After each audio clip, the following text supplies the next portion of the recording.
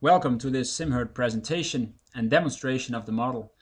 You start by going to simherd.com and then you click on User Login. Now you can enter the username and password that was given to you. Please specify the English language here. So enter the username and log on. Now you can see that your account is empty. You've never used it before, so you have to start from scratch, and the only thing you can do here is click on Upload Herd here on the top left. And now you can see a new box that opened where you can specify what kind of herd do I want to work with. What kind of herd do I wish to simulate some scenarios in? Do I want to simulate a scenario in a herd that has a good reproduction or a poor reproduction or very good health, or just an average herd? And the average in our definition here is average levels for reproduction, health, and yield for Danish Holstein herds. You can furthermore specify with what kind of currency you want to work. This is the currency compared to the Danish crown, and this is the symbol. So please change if you're using dollars or pounds. Now we click on Upload, and there we have our herd, our average herd. Click on Overview Standard, and now we immediately can start to create a scenario. Click here on Create Scenario. A new window opens where you can see the date and time where you created the scenario. In the report, our results of the scenario are presented. They're empty, of course, now. So we start here on clicking Scenario. And now we are basically inside the model where we have a lot of categories here on the left-hand side, and each category contains parameters. Now we're in the category of reproduction heifers.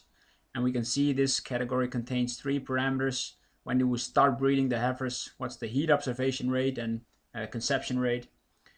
In this column, it shows what the levels are in our standard situation and what our levels could be in our scenario. We can analyze what an alternative value would mean economically. So we're also comparing our scenario all the time with our standard. We have different categories. Here we have disease.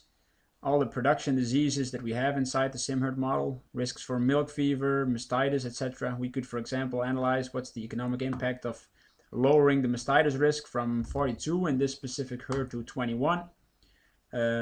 Make sure you leave the cell so the number gets green and the Save button pops up here. Click on Save and click on Run. And now the model is running. It's a stochastic model, so it has to simulate this scenario many times. We have to wait a little bit, but now the model is running with a lower mastitis risks, but all the other parameters are the same. All the other disease risks and reproduction is the same.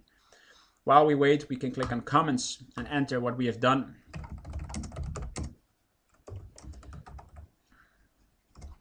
Save. It's easy when you have many scenarios that you can see what the name is, what the comment is. Here you can see other categories: calf mortality, reproduction of the cows, milk yield. So these 5 categories are the main categories, and then we have a lot of subcategories that contain a whole lot of other parameters which you can use to describe using beef semen or sexed semen, for example, in reproduction, or feed conversion, or how milk fever affects the cow, disease or mortality risk when a cow gets milk fever, and the same for all the other diseases. So very detailed. Please start just by playing around with these parameters in these main categories. So now we wait until the model is done and we can see some results. Now we can see that the simulation is finished successfully. We can change the prices that the model uses: milk price, feed price, heifer price. But let's immediately go to the report. You can click on this sheet or on this icon. It gets you the same place. Here's the report, and it starts out with the economic results. How do the economic results change over time, expressed as gross margin per cow year? What the definition of that is, I will get back to later.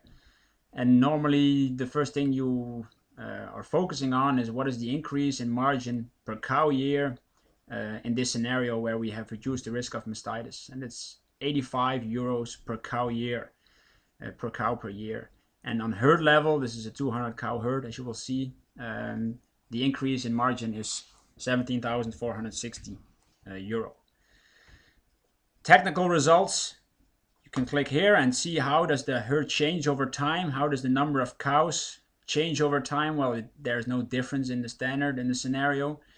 Milk yield, of course, there is a difference for the scenario with a lower mastitis risk. Take your time to look at these different figures, but normally you start looking at these technical figures. How does the scenario in time after 5 years?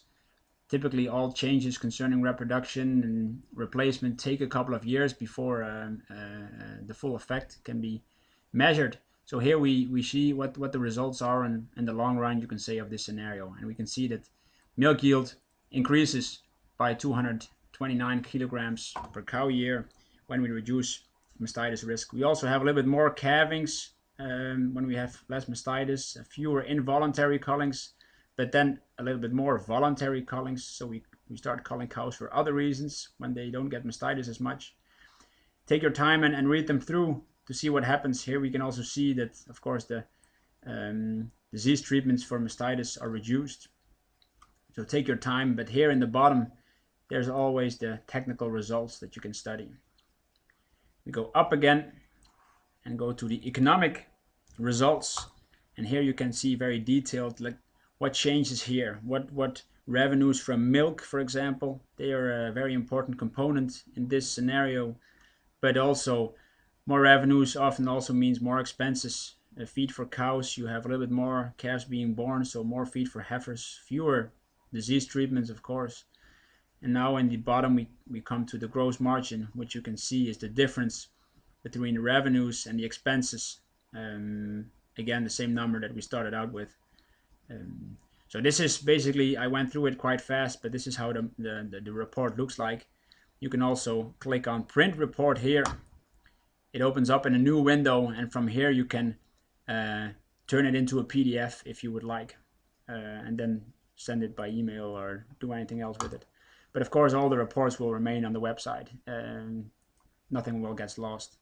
You can go to prices. It's very easy. It basically shows itself, and you can, for example, see what a different milk price means for your scenario. Change the price and click on use price changes in the report. You can also feed prices, disease treatment. It doesn't really need a demonstration. It's easy enough. You could go back to the report and see what a higher milk price means for this scenario. And instead of the difference being 85, if you can remember, now the difference in gross margin is 99 euros per cow year. If we also have a higher milk price, then mastitis is even more expensive, you can say. If you want to get out of this, you can click on overview here in the top.